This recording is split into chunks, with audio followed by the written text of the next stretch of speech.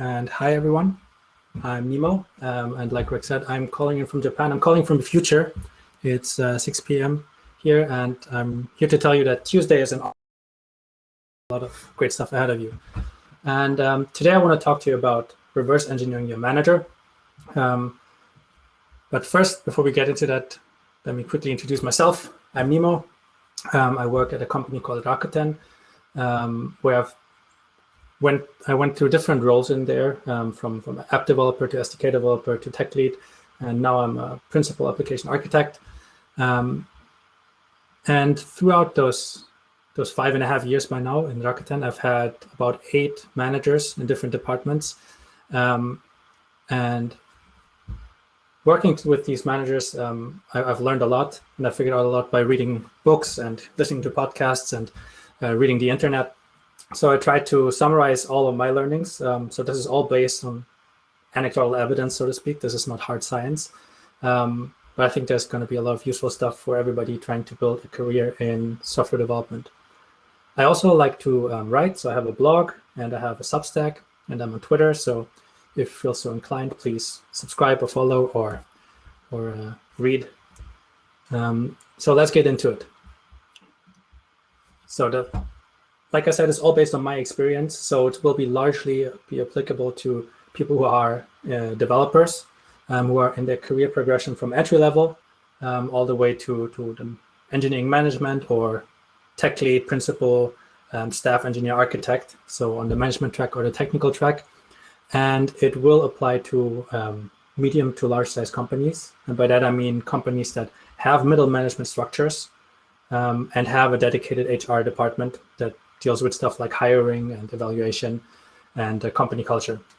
So if you fit in that box, or you're aspiring to be in that box, you'll probably get a lot of useful techniques and tools out of this talk. If you don't quite fit, then your mileage may vary, but I think the principles apply to working in any organization. So with that out of the way, let's get into it, and let's talk about the metagame. So we are software developers, right? So that is our game. And there's a lot of ways that we get better at this developing and testing and designing. That's what regular DroidCon is about. And like in any game, any competitive game like esports or real sports, once you get really good at it, you figure out that there is a metagame to it. There's things outside of actually playing the game that greatly affect the outcome of the game. And this session is all about this metagame of software development. What are the things that we do outside of programming that greatly affect the outcome of our career and our personal success? So one example of this metagame is that whenever you talk to your manager, whatever maybe it's a bug, maybe it's a new feature or some process or CI, you talk about the thing at hand, but you're also talking about your position. You're negotiating your future role and compensation and job title through talking about the technical things that are the game. You're also negotiating the metagame of where you're going with your career. So understanding this metagame will really boost your career progression. And we focus on working with your manager, which really boils down to one simple principle. So if you take anything away from this talk, it's this. You want to make it easy for your manager.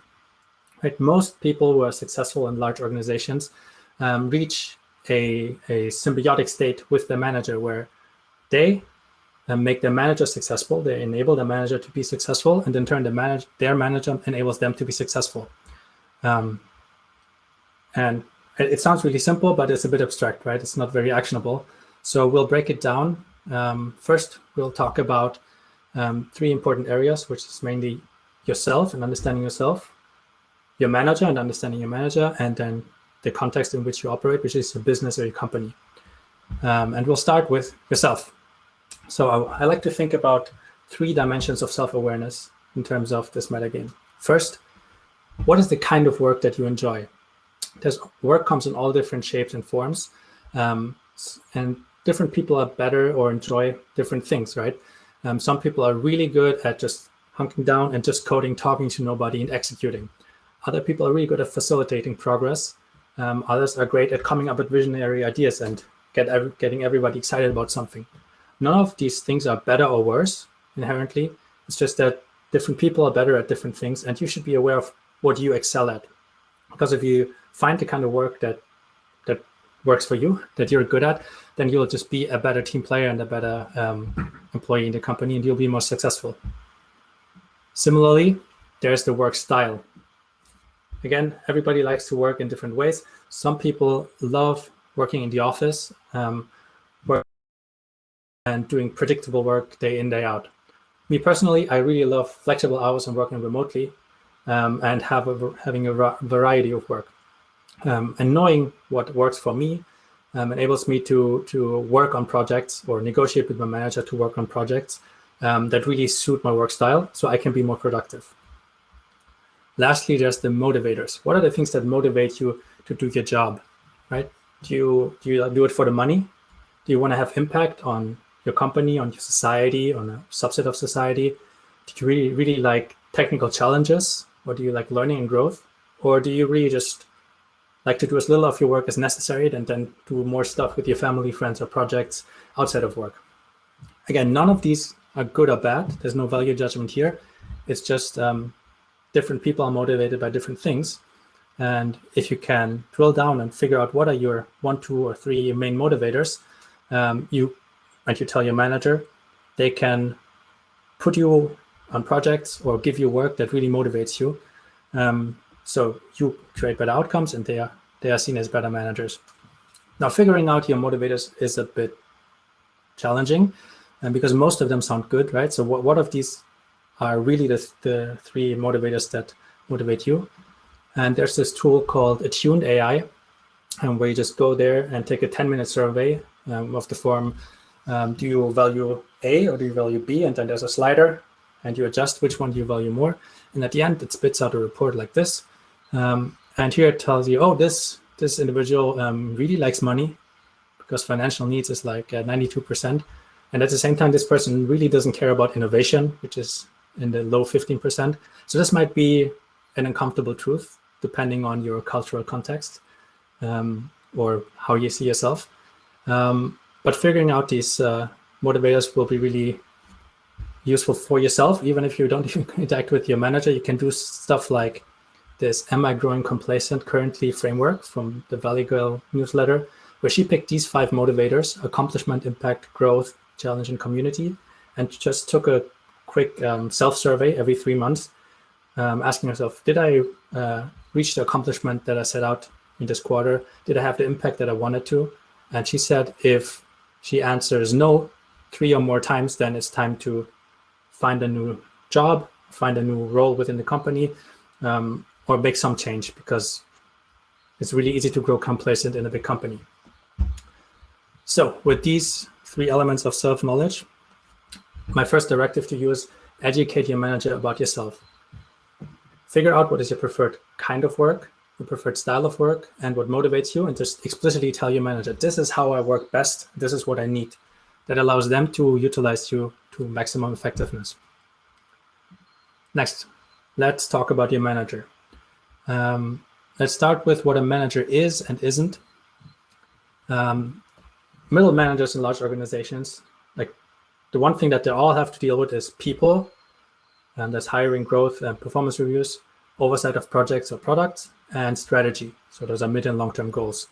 That's what everyone shares. Outside of that, it varies, but that explicitly does not include, they are not technical experts by definition. Some of them may be, but you don't necessarily need to expect that your manager is an expert in Android development. And at the same, and following from that, they're not necessarily your teacher. They can't teach you all of the technical details of Android development. And they're also not your taskmaster. You are in charge of managing your own tasks while coordinating with your manager. Like if a manager micromanages you, there's very few situations where micromanagement is a valid approach, but most of the time it's not. So if your manager is micromanaging you, that's a sign that they're a weak manager. So more about your manager. Every manager has an agenda and a mission, something that they're trying to achieve. They try to change the organization or change the product. And they're measured They measure this agenda and mission's progress against some goals, some objectives, some OKRs. That is essentially their evaluation. They are being evaluated against, did you grow revenue? Did you make this change in the organization? And those usually boil down to successful projects or products and successful people and careers, right? So they have these OKRs that they're steering towards. So the worst thing for a manager is bad news that they learn about really late in the process. So because of that, managers become really good at pointing out problems and searching for alternative solutions and asking difficult questions whenever you propose something or whenever something doesn't go like you expected it to. So your manager has this risk-averse characteristic just because that's how middle management is structured. So it's really important for you to build a trust relationship with you and your manager. If you always oversell technical solutions and tell them everything will be great and then it ends up not being great, they will learn that they cannot trust your advice on technical solutions. And so if you give them a balanced trade-off summary with all the good stuff and all the bad stuff early on, they will be thankful and they will start trusting you and start relying on you. So with understanding this about your managers, my next directive is that you should explain problems to your manager and offer solutions. So in most of the cases, you are the technical expert. So you are in the best position to identify and articulate technical problems because you're closer to the code and closer to the infrastructure and the logs. So you see what can go wrong or what is going wrong much earlier than anybody else. And sometimes these technical problems are really, well, technical. So it's not immediately clear what that means for the product or the business or the organization. So you can help your manager by doing the heavy lifting of translating it into something that a non-technical stakeholder can understand. So if you, instead of giving a very technical description of the problem, you can formulate it in a way that a product manager and a business analyst and the project manager can understand. So everybody has a shared understanding of the situation. And lastly, some problems only have technical solutions. And because you're the technical expert, you're the right person to suggest these technical solutions and explain the trade-offs. That way you enable your manager to make an informed decision, because at the end of the day, your manager is accountable for what happens with the product and the team. So let's move on to the expectations that your manager might have. Do you know what your manager expects from you? How they expect you to communicate with them? If not, go ask them. Ask them, how often do you want to hear from me? What type of stuff do you want me to tell you? In which situation should I escalate to you and how? What communication channel is right for you? And also, do you prefer that we have a meeting, a one-on-one, and I tell you everything? Or would you rather I write you an email and you can read it by yourself, right? Different people have different communication styles. And if you understand how your manager communicates most effectively, you can be respectful of their time and you have a better working relationship. And this applies to all coworkers, not just to your manager. Similarly, your manager is just a coworker that has strengths and weaknesses. And it's a bit harder to figure those out, but let's just assume you have this perfect video game-like representation of what your manager is good at and what they're bad at. And in this scenario, they're really good at product development and really strong in communication, but really bad at people management. Because maybe this is a new manager that's only been doing it for 6 months, so they're still learning. And if you know this about your manager, you can make up for the weaknesses. For example, you can put more effort in your career plan and in your goal setting, because you know your manager doesn't really know that stuff so well. So you can do the heavy lifting for them, making it easy for your manager. And at the same time, you can tap into their genius product development skills to take a shortcut when they are ahead of you and you just leverage their strength. Conversely, if you have a manager like this who's really good at people management and communication, but kind of weak on product side, maybe they've been a people manager for 20 years, so it's just a long time that they've done product. Here you would do the opposite. You'd rely on your manager to create a career development plan and do the heavy lifting and goal setting and maybe communicating with other teams, and you focus on all product and technical topics. So this leads me to the third directive. You should support and enable your manager. So your manager has these goals and missions and strategies. Learn about them and really embrace them. All the small technical decisions you make, or design decisions, or communications with other teams that you do on a day-to-day basis, if you understand where the whole product or the whole organization is moving, in which direction it is moving, you can take that as your guiding principle, like a compass, like that's your North Star, and take all these small decisions aligned into this direction. And that's alignment. Learn how your manager wants to communicate with you, so you can be more effective about it, and figure out your manager's strong points and weak points, and just make up for the weaknesses and leverage their strengths. So now let's talk about the context of you and your manager, which is your business and your organization. Business really comes down to making money. So that's more revenue, more profit, building out competitive advantage. But it's a bit more subtle than that. Your company has a distinct operating mode, and I really want to distinguish here between wartime and peacetime. And depending on the operating mode, different things will be valued or frowned upon in your company. So if you're at wartime, you typically have to quickly make changes. Maybe you have to pivot the product, or maybe you have to rapidly scale to from millions to hundreds of millions of users. And at that time, you need to be super agile. You have to change the system overnight. Whereas at peacetime, you want to build in quality from the start. You rely on process, and you set up for scale early on, so later on you don't have problems. So if you operate on a wartime mode, so maybe you SSH into a production server and you edit hot code, in a wartime organization, that might save the day. In a peacetime organization, that will seem like dirty hacking, and you might get like a very, very bad performance review because of that. So you really want to understand what operating mode your organization is in, to know how to behave and how to do the things that are rewarded in your organization. And if your organization goes really big,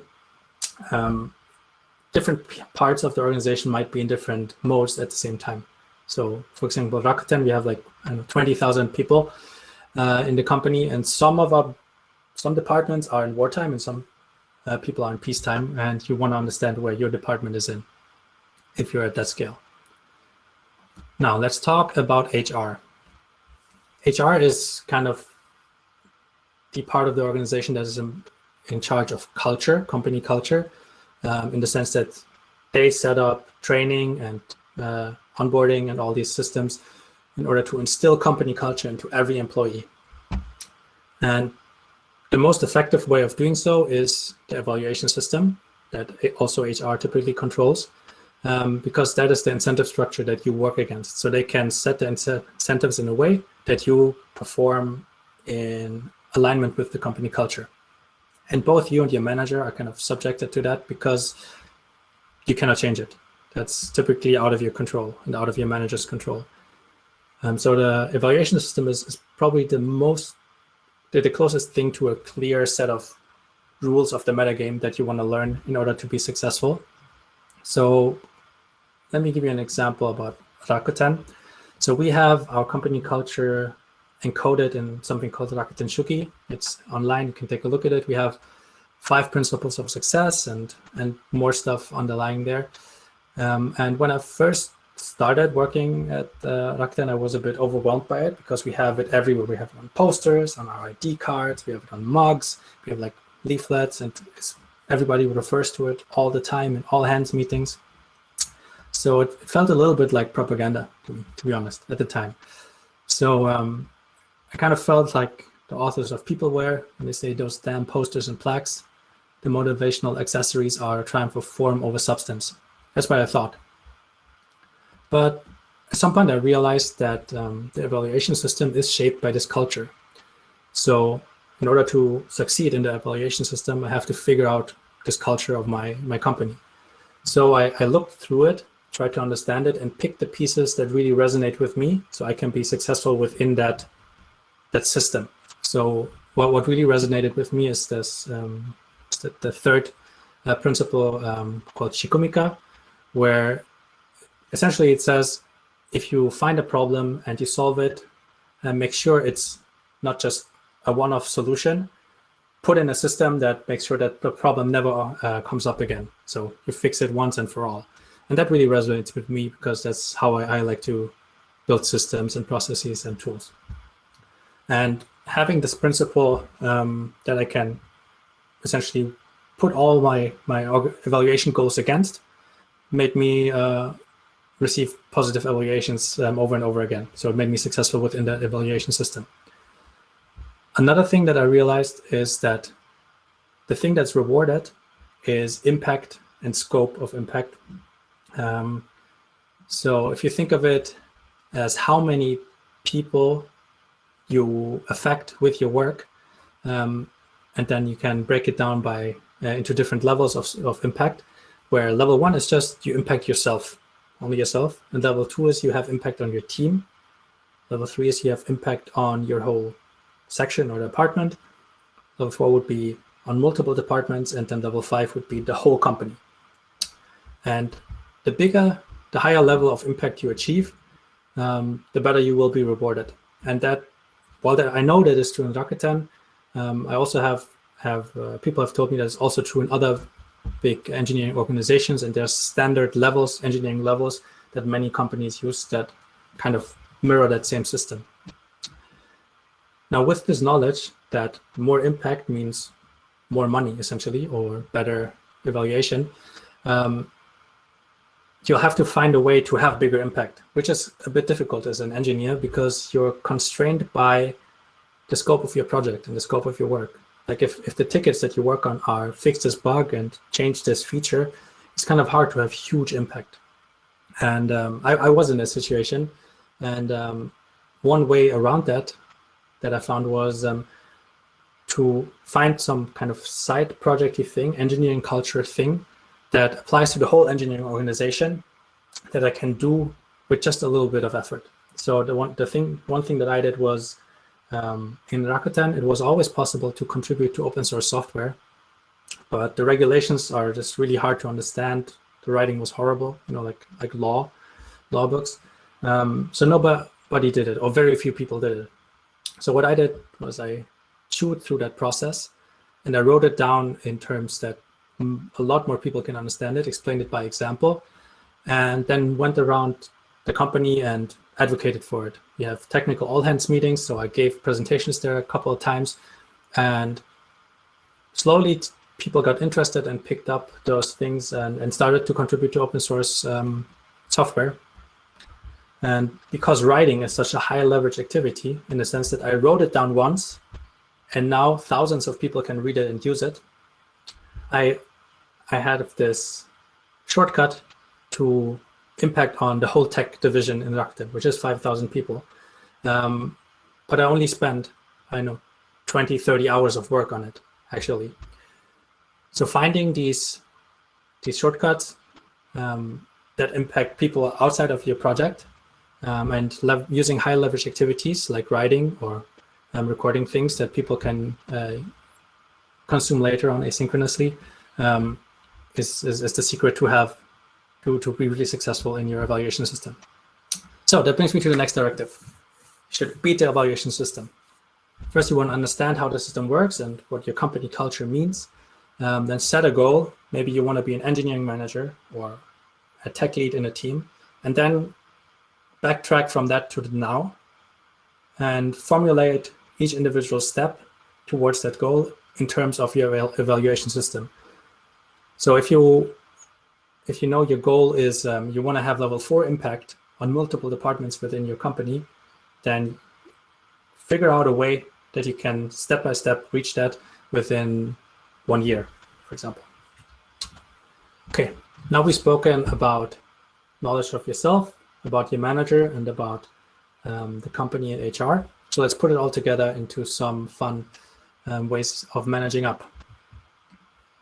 First, the best way to fast track your career progress is to become a leader. Once you become a leader, it's really easy for your manager to advocate for your promotion or to give you that raise. Because you're already doing all that great work. It's obvious, it's like undeniable. And there's these 2 books that lay out a 5-ingredient recipe to becoming a leader without externally assigned authority. So without you first being assigned as a tech lead or as a manager or as whatever, you can become a leader without that by following this recipe. So the first is you need to take on responsibility and step up to a task. You need to identify something that is really valuable to your team, but that's not being done right now, or a really huge pain point in your team or in your product that somehow nobody wants to attack. Something like that could be if your team is growing rapidly and the onboarding process is really horrible. Nobody knows, like the new engineers are really confused of what to do. You could just start writing down onboarding manuals and suggesting something like a buddy system to your manager and just be the person advocating for a better onboarding process. Or if you're building a library or a web service and you have other teams consuming that and they just come hammer your team with questions and all these customer inquiries kind of slow you down, you could just sit down and write a lot of documentation and share that with those so everybody else has time to do the actual work. Right, find one of those tasks that are neglected right now and just step up. Next is become visible and be evidently fit for the task. So if you have identified whatever it is, like let's say documentation that needs fixing, make sure everybody understands why it is a problem and how you're going to solve it. You can do that by speaking up in meetings, or if you have a practice of writing weekly reports by emails, or if you have internal tech talks, or just call the meeting with the team and tell them, I see this problem, let's discuss it, and I have the solution, I think we should do it. Just make everyone aware what you're going to do and how you're going to solve it. Next, educate yourself, prepare for the task at hand. If you need to use new technology or want to apply a new process, you probably just need time, or maybe you need a training or need some books or some resources to prepare, because you don't want to get everyone excited to run in one direction and then not be able to guide them using that new tool. Now, the 4th ingredient, and that's the most important one, is be a problem solver. Maximize value for everyone. Once you solve a problem for the whole team, you alleviate a pain for the whole team, people will recognize you and be really thankful. If you succeed at this 4th ingredient, then your leadership is undeniable. And at that point, your manager really has no way of not promoting you, so to speak. And then the last point is more of a note. You should ignore politics, because politics is a waste of your time. If you're lucky, you're in a small enough organization that politics don't matter. And the other point is do it all with humor and obvious goodwill. I know at work, oftentimes we get frustrated because somebody commits some code that obviously is wrong, or they say something that seems kind of silly. But remember that nobody came to work intending to do a bad job. Everybody did the best they could with the knowledge they had at the time. And if you approach work with that attitude, you'll have much less frustration and be much more successful in your career. Okay, the next topic is learning. You have to own your learning. Your manager might push you into learning, but probably they won't. So it's really up to you. If you want to go to a conference, if you need a training, if you need some software, you have to tell your manager, I need this because this is my career goal. Like, it's part of your goal setting. I want to be an Android lead engineer. That's why I want to take this Udemy course, and you should give me time or money to do so. Another point is drafting your career plan. I suggest that you take it in 2 steps. First, you sit down with your manager and tell your manager what your goal is, or maybe it's a discussion. For example, you could come up with, I want to be the tech lead of the Android team within a year. And then you can ask your manager, what do I need to do so you can make me tech lead? And then they can tell you, you need to demonstrate technical depth, you need to demonstrate leadership and substantial individual contribution. You can do that in a one-on-one in 15 to 30 minutes and take that home with you. And then you, by yourself, break it down into small achievable tasks that you can finish in a quarter or in 6 months. So, for example, you could say, how do these abstract demonstrations of competency map to concrete tasks, concrete outcomes that we can measure?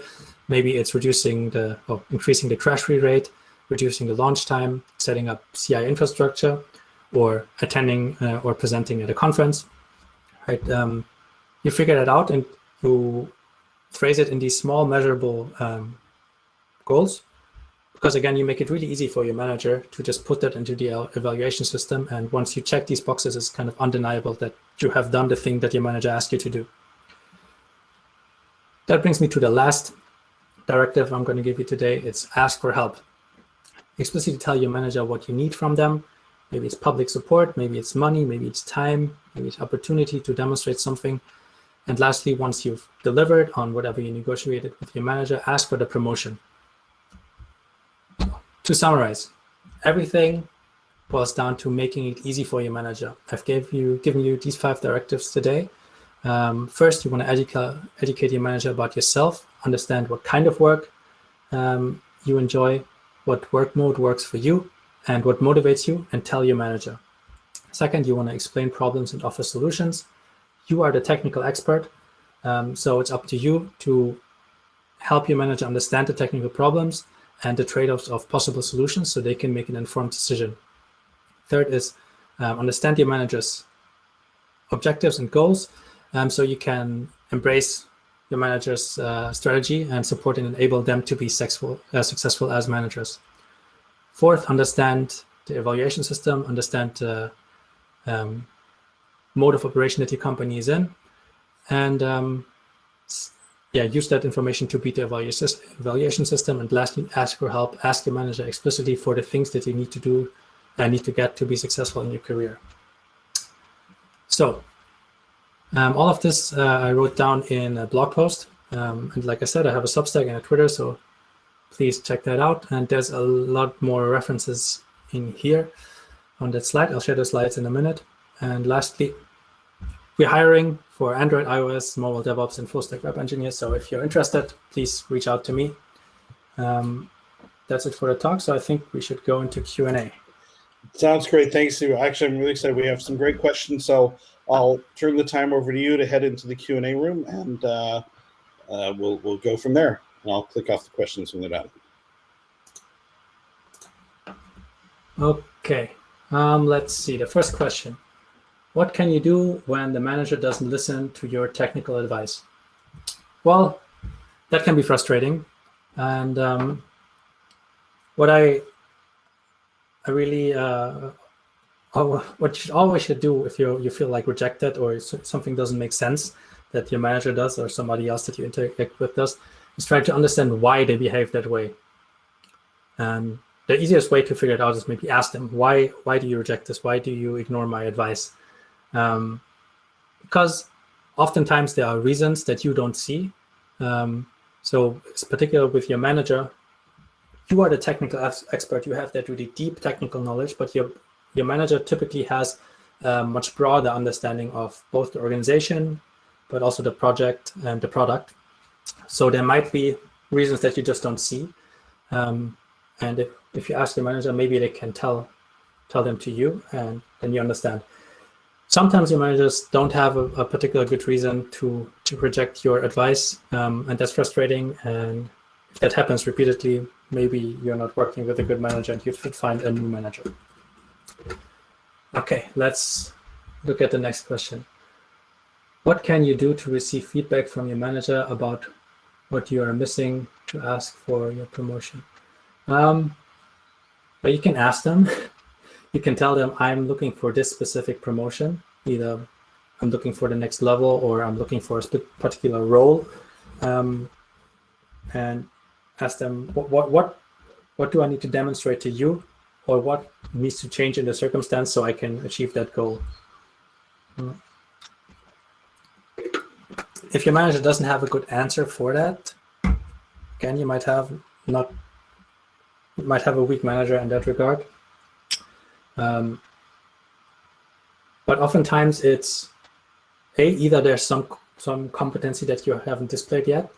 Maybe it's the leadership, or maybe it's deep technical competency, and they can tell you that, or they should tell you that. But sometimes it's really just kind of circumstantial. Let's say you have one Android team and they have one tech lead, and putting two people in the tech lead position is kind of difficult. Because then it's hard to figure out who's accountable and responsible. So then maybe you have to wait until the organization grows enough to have two Android teams, where there are two tech leads. But yeah, I would go and ask your manager. This is my best advice. Maybe it's not super helpful. I'm sorry. The next question: when do you ask for a promotion? When you feel you deserve it. That's my answer. And actually, even earlier, like if you feel that you should be, a senior engineer. Depends on what your organization labels things.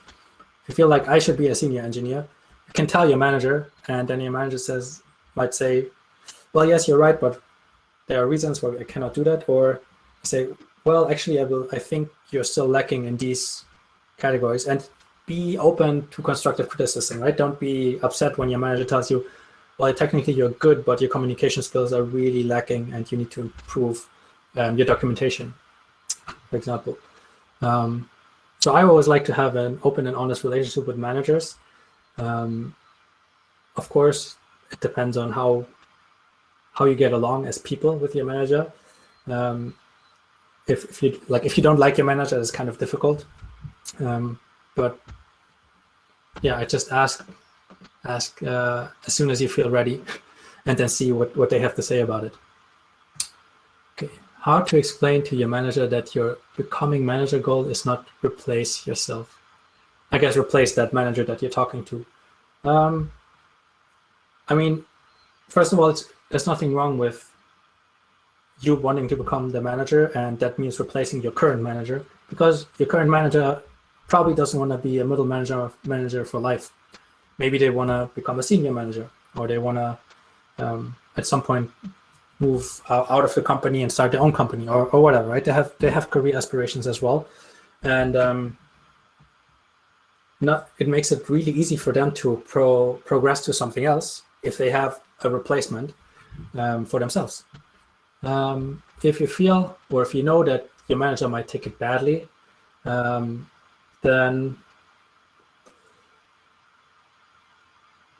I would frame it more in a way of how can I learn from you? How can I be an assistant manager to you, maybe? And then wait for an opportunity where a new group or a new department, a new section, something new opens up where you have an opportunity. So you don't have to you don't have to have that uncomfortable discussion with your manager, like, I want to become a group manager of this group. You can just say, I want to learn from you, so later on I can move somewhere else and be a manager somewhere else. Okay, what can you do if you already did all the improvements you talked about by default without setting a meeting with your manager and telling him that you will do those improvements? Well, you can tell them retroactively. And in particular, I would probably tell them in two parts. First, I would tell them, I saw these problems and I think these are the solution to the things, and this is why. Essentially pretending that you're making the plan right now, just to have that discussion with your manager, because they might have a different view on things. And maybe they have really good arguments against your changes, right? Sometimes there's a history to the team where the team has tried something and failed, and that's why everybody has some kind of organizational trauma. And maybe you're trying to do the same thing again, and on paper it sounds good, but without knowing that history, without knowing that history, it looks good, but knowing that history, it's really out of place. So doing that exercise of telling them, these are the things that I want to change. And then after you have synced up with your manager, telling him, by the way, I've already did these things and this is already working. Because once you're aligned, then your manager will be happy that these things are already done, right? Nothing's better than telling your manager, remember those improvements that we talked about, they're already done. Okay, what to do if the manager says there's no available staff engineer role in the company? Yeah, that's a problem. First of all, rather than the title of staff engineer, like I assume you're not looking for a business card that says staff engineer, you're looking for a specific set of responsibilities and influence and work type of work. So I'd clarify if maybe this company doesn't have staff engineer, but they have senior engineer, or they didn't name those people architects, or they name them something else, right? And clarify what is, like, does the organization really not have this position, this role that you're looking for, or is it just named something else? And if your organization really doesn't have that role, which can be the case, like my current role probably doesn't exist in smaller companies, and only exists in these huge type of organizations.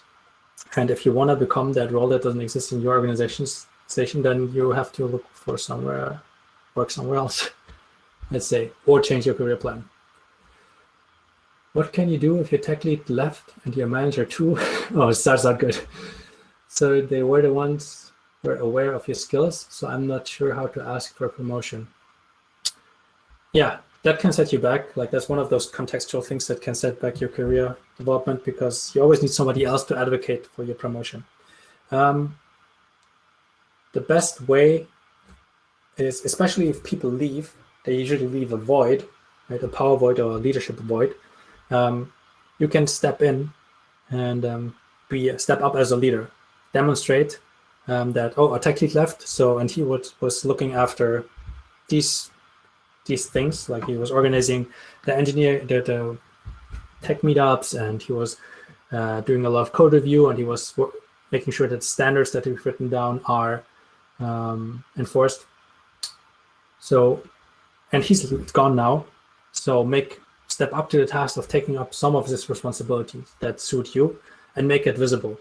So if you become this leader and you're really visible about it, and you solve problems for other people, right? Then the new manager that will eventually come in, or even the next senior manager will notice that, oh, that guy, he really picked up the slack when those two important leaders left. It will delay your career progression, maybe for 1 or 2 terms, but it might also allow you to jump much higher, because now you can directly jump to maybe a manager role if that's what you're after, because you stepped up for people who left. Okay, one last question. What to do when your manager is ditching your career growth to support their agenda? For example, team results, the personal career, is ditching your career growth. Again, first I would question, I would try to understand if that's really what they're doing, right? It seems like a nasty thing to do, right? But like I said, nobody showed up to do a bad job at work. Everybody did the best they could with the information they had. So maybe they see the world in a different way than you do, and in their world, it makes perfect sense. And you could ask them if you can't figure out by yourself. And if after that, you still think that they're just like being a dick to you, then you have to find a new manager. There's no way around it. I had a really bad manager once, and I left that team really quickly, because even if the other people in the team are great, a bad manager will, as a result of having a bad manager, your best work will go unrewarded, and your career will stagnate, and you will get frustrated and jaded, which might have much longer lasting damage to your career than not being promoted a year or 2. So get out into some other department or some other company and find a good manager. Okay, the last one you said, make things visible. It's easy for the direct team, but I'm not sure how to do that for hiring people. Yeah, so for the direct team, you're right, it's easy to make it visible. For hiring people, that could be either managers, like senior managers, or it could be kind of senior technical staff. So to become visible to them, you really need to attach your name to certain outcomes. Let's say if you work on a product that is for the last year or so has been bug-ridden or has a lot of crashes, has a really bad crash rate. And your initiative creates the outcome that those bugs disappear or those crashes disappear. If you can attach your name to that and say, person X created this outcome for this whole product or this whole team or this whole section, that's how you become noticed by more senior people. Again, it's kind of hard because you're constrained by your project or your product. But the easiest way is to become a leader. And once you're a leader in your team, you can create more visible, even externally visible outcomes. Okay, I think that's all the questions.